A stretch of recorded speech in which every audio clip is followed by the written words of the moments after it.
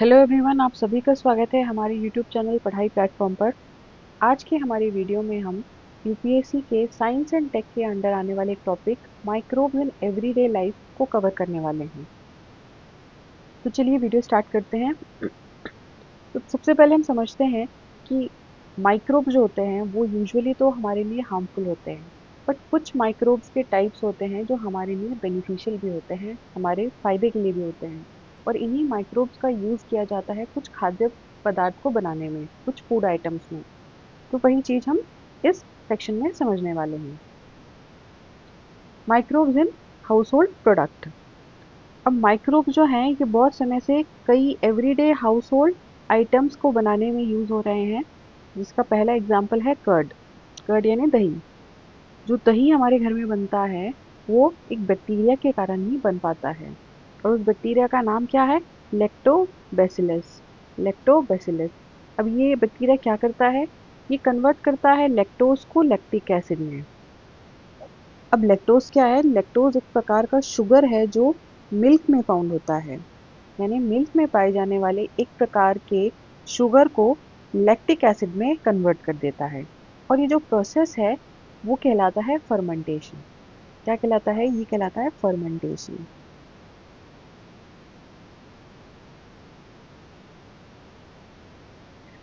Fermentation मतलब क्या होता है? किसी बैक्टीरिया या ईस्ट द्वारा ऑर्गेनिक कंपाउंड्स जैसे कि शुगर को कन्वर्ट करना सिंपलर कंपाउंड्स जैसे कि अल्कोहल या एसिड में। यानी किसी ईस्ट, बैक्टीरिया एक्सेट्रा ऐसे माइक्रोब्स की मदद से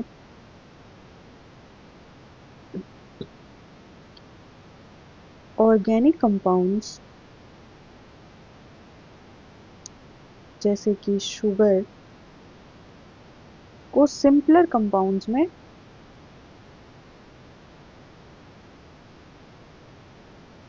कन्वर्ट करना, जैसे कि अल्कोहल, एसिड एक्सेट्रा। तो ये जो सारा प्रोसेस है वो कहलाता है फर्मेंटेशन। अब ये जो अल्कोहल, एसिड हैं ये हमारे वो यूजफुल प्रोडक्ट हैं जो हमें चाहिए थे। अब फर्मेंटेशन के भी बहुत सारे प्रकार होते हैं, बहुत सारे टाइप्स होते हैं। जैसे पहला है lactic acid fermentation. Lactic acid fermentation में क्या होता है? इसके अंदर जो शुगर होती है वो कन्वर्ट होके बनती है लैक्टिक एसिड के अंदर। ये केस होता है दही के अंदर। उसी तरीके से एक होता है एल्कोहलिक फर्मेंटेशन। अब इसको हम आगे वाले सेक्शन में समझेंगे। इसके अंदर क्या होता है? शुगर कन्वर्ट होके एल्कोहल में बन जाता है। फिर थर्ड टाइप है एसिटिक एसिड फर्मेंटेशन। अब इसके अंदर क्या होता है? शुगर कन्वर्ट होके एस, एसिटिक एसिड बन जाता है। एसिटिक एसिड को हम एसिटिक एसिटिक एसिड से हम विनेगर भी बनाते हैं। तो ये क्या हुए? ये फर्मेंटेशन के कुछ प्रकार हुए।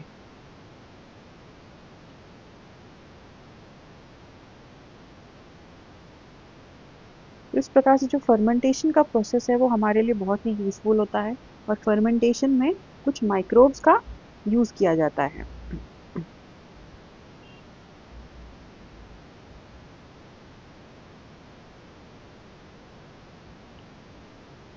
सो क्या हुआ? लैक्टोबैसिलस एसिड ने क्या करा, सॉरी लैक्टोबैसिलस बैक्टीरिया ने क्या करा? लैक्टोज को लैक्टिक एसिड में कन्वर्ट कर दिया। अब इस लैक्टिक एसिड के बनने की वजह से क्या हुआ? इंक्रीज इन एसिडिटी हुई।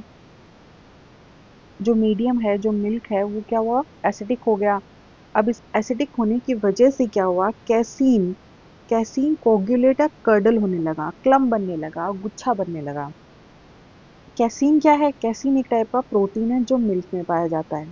तो मिल्क में पाए जाने वाला एक प्रकार का प्रोटीन कैसीन होता है, वो क्या होगा? उसका कोगुलेट होने लगेगा, वो कर्डल होने लगेगा और सॉलिड कर्ड यानी कि दही बना देगा। ये प्रोसेस को और अच्छे से समझते हैं। आपके लिए इतना ही ज़रूरी है जानना कि कर्ड लैक्टोबैसिलस बैक्टीरिया के कारण बनता है। और उसमें होता क्या है? लैक्टोज जो शुगर प्रेजेंट होती है मिल्क में वो लैक्टिक एसिड में कन्वर्ट हो जाती है।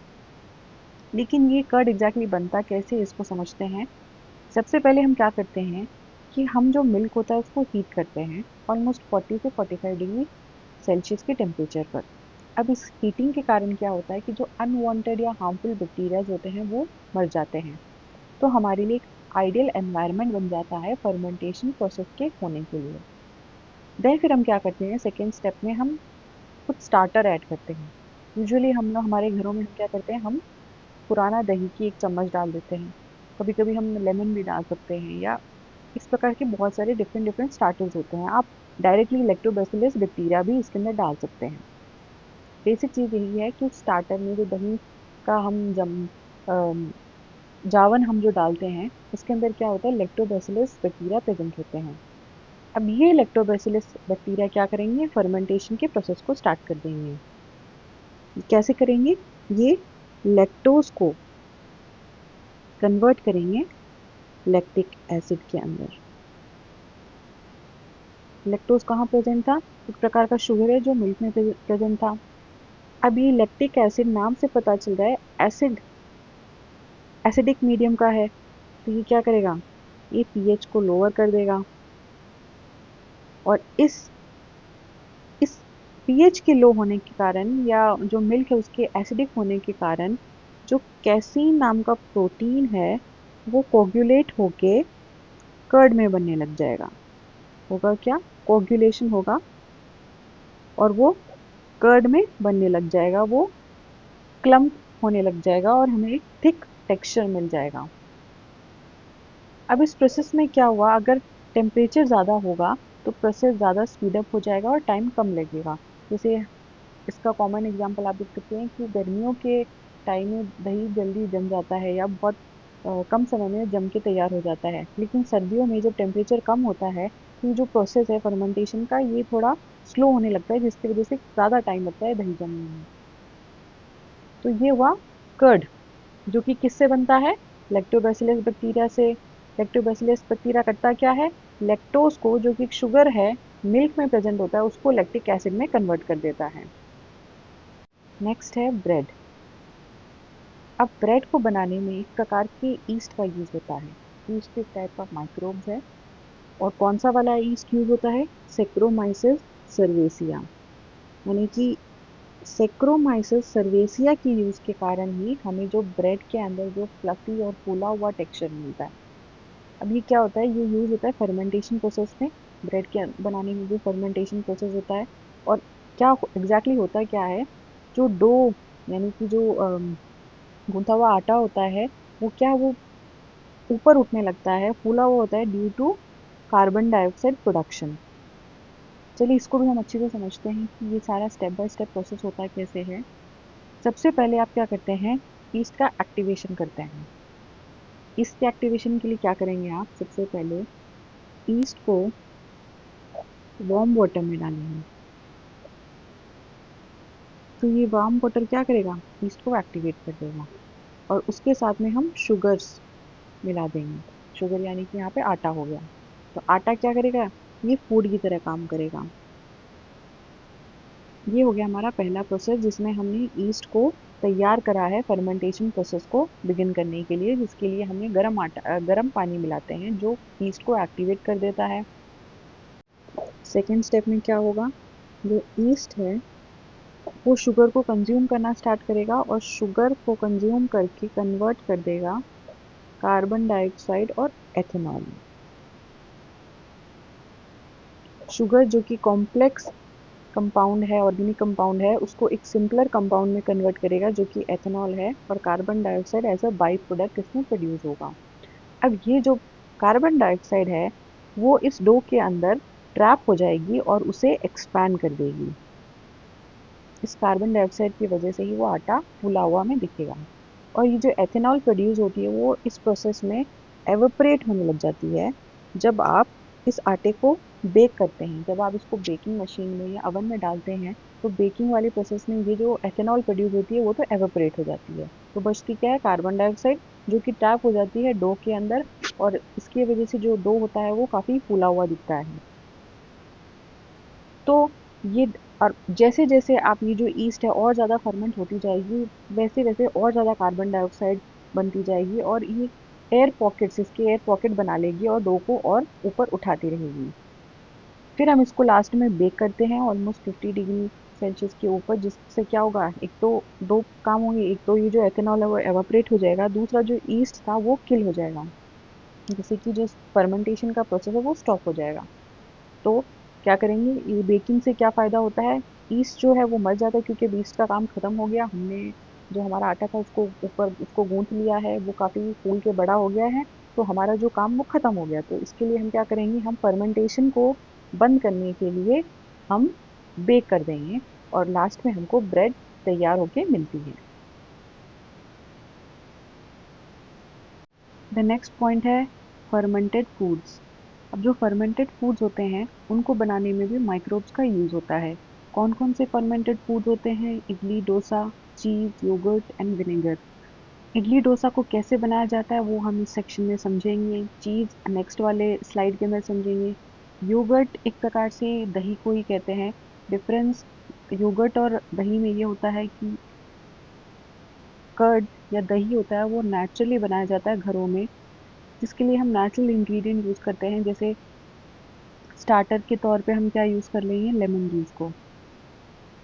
जैसे कि अगर मान लीजिए आपने गर्म दूध को उबाल के उसके अंदर लेमन जूस डाल दिया तो दूध बाद में फट के उसका दही जम जाएगा। तो यहाँ पे क्या हुआ, स्टार्टर के रूप में हमने लेमन यूज़ करा, ये एक अनकंट्रोल्ड एनवायरनमेंट में हम इसको बनाते हैं। बट जो योगर्ट होता है वो कमर्शियली प्रोड्यूस होता है, यानी कि जो उसका एनवायरनमेंट होता है, फर्मेंटेशन को प्रोसेस को काफ़ी कंट्रोल करा जाता है, जिसकी वजह से जो योगर्ट बनता है वो काफ़ी थिक बनता है। यहाँ पे स्टार्टर की बजाय यहाँ पे हम बैक्टीरियाज को लेते हैं directly in the making of yogurt.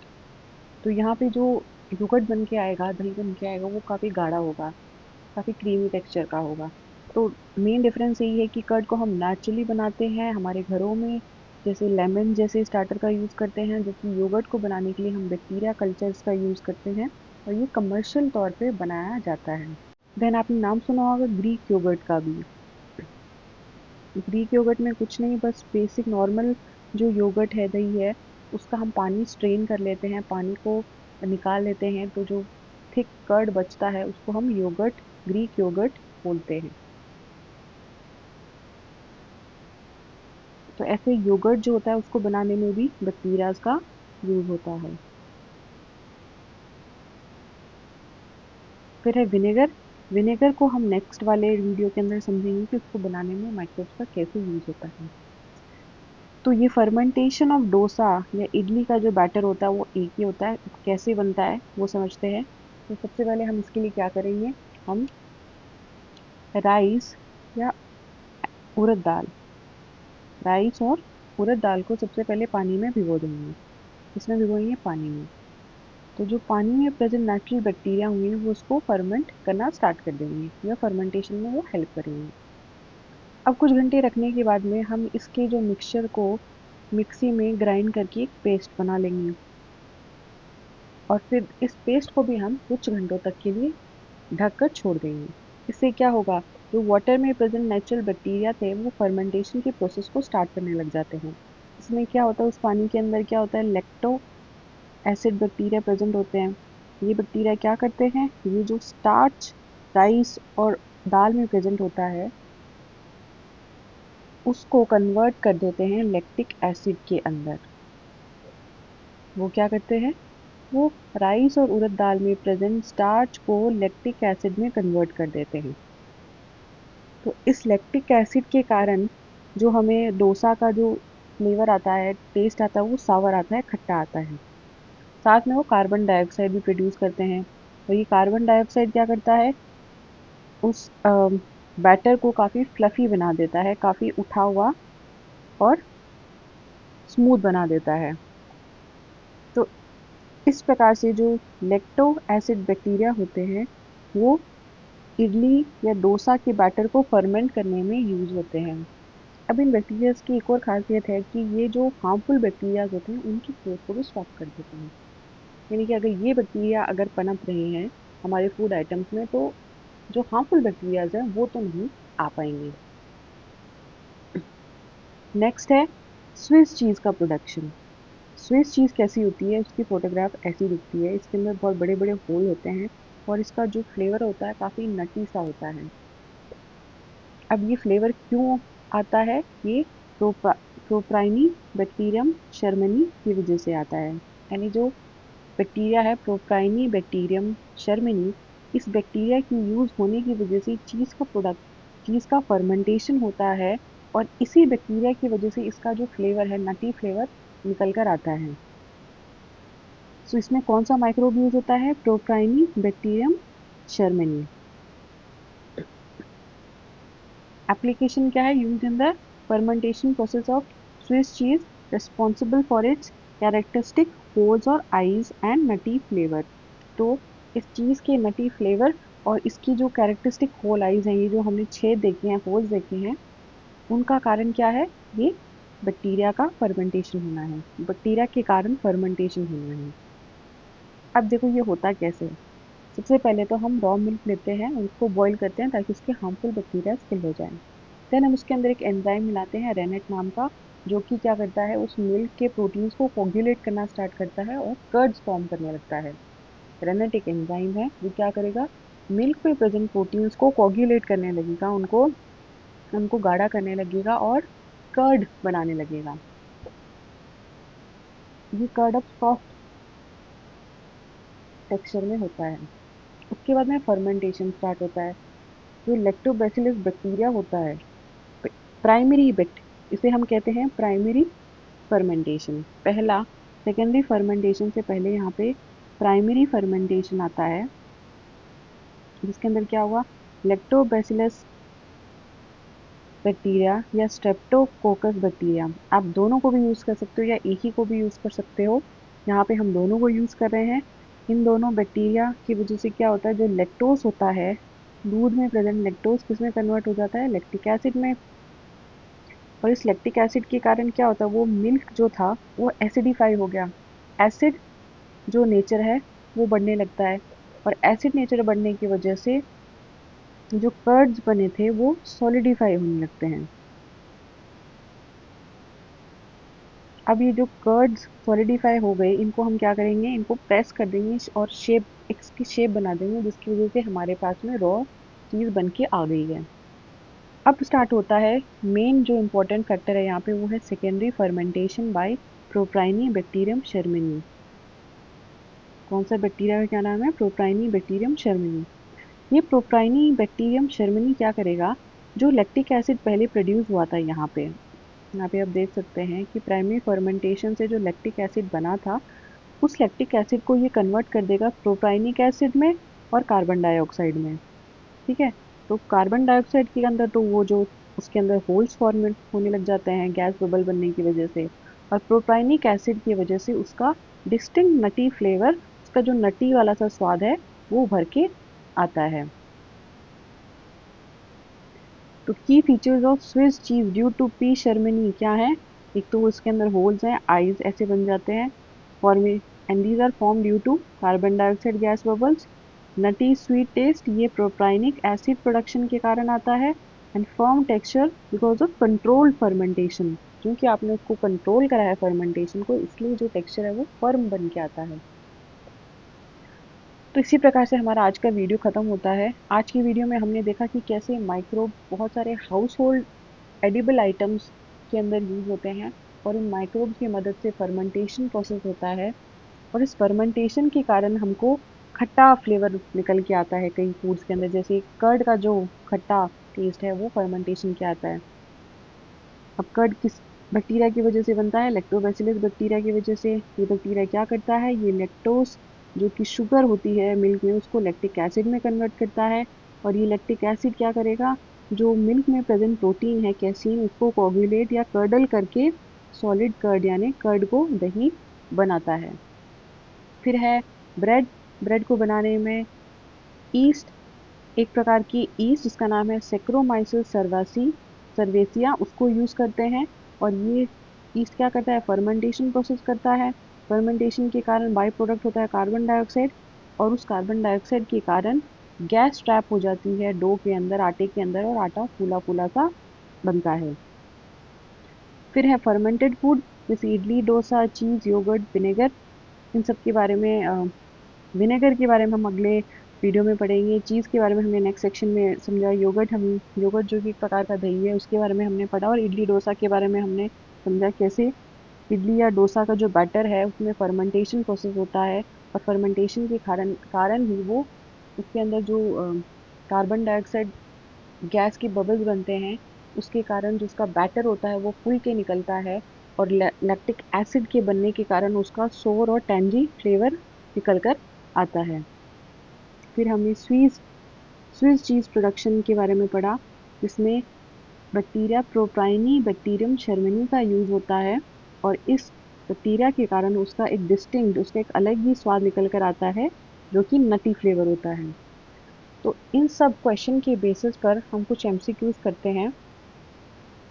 Which microorganism is primarily used in the production of curd? Curd के प्रोडक्शन में कौन सा माइक्रो ऑर्गेनिज्म यूज होता है? Lactobacillus acidophilus. Lactobacillus acidophilus. ये हमने सबसे पहले वाले पार्ट में ही पढ़ा, कर्ड के फॉर्मेशन में लैक्टोबैसिलस बैक्टीरिया का यूज होता है। देन है second, yeast is used in the production of bread because it releases carbon dioxide which makes the dough rise. अब देखो ये सारे काम भी करता है, लेकिन इसका जो मेन फंक्शन होता है वो होता है to release carbon dioxide which makes the dough rise. जो ब्रेड है उसका डिस्टिंक्ट फीचर यही है कि वो फूला हुआ उठा हुआ रहता है। तो ये फूलापन आता है कार्बन डाइऑक्साइड की वजह से, और कार्बन डाइऑक्साइड क्यों बनती है? फर्मेंटेशन की वजह से। और फर्मेंटेशन क्यों होता है? ईस्ट की वजह से। देन है which of the following microbes is commonly use for fermenting idli and dosa batter? Idli और डोसा बैटर को फर्मेंट करने के लिए कौन सा माइक्रोब यूज होता है? Lactobacillus and Leuconostoc. Lactobacillus and Leuconostoc. Then the question is which organism is responsible for fermentation of pickles? Pickles के लिए पिकल्स को बनाने के लिए कौन सा माइक्रो ऑर्गेनिज्म यूज होता है? लैक्टोबैसिलस। फिर सेक्रोमाइसिस सर्वेसिया एक प्रकार का ईस्ट है which is used commonly used in the household food production for, इसके लिए यूज होता है बेकिंग एंड ब्रूइंग। ब्रूइंग मतलब वाइन बनाना होता है। नेक्स्ट वीडियो में समझेंगे। बेकिंग के बारे में हमने सेक्शन में पढ़ा था कि बेकिंग करने के लिए, ब्रेड बनाने के लिए कौन सा ईस्ट यूज होता है? Saccharomyces cerevisiae. देन है which of the following microbe is use to produce vinegar from sugar? Sugar से विनेगर बनाने के लिए कौन सा माइक्रो ऑर्गेनिज्म यूज होता है? एसिटोबैक्टर एसिटी। ये हमने इस वाली वीडियो में नहीं पढ़ा, नेक्स्ट वीडियो में पढ़ेंगे। What is the primary function of microbes in the production of yogurt? Yogurt की प्रोडक्शन में या कर्ड की प्रोडक्शन में प्राइमरी फंक्शन माइक्रोब का क्या है? Producing lactic acid. तो यहाँ पे एमसीक्यूज खत्म होते हैं। Thank you so much for watching our video.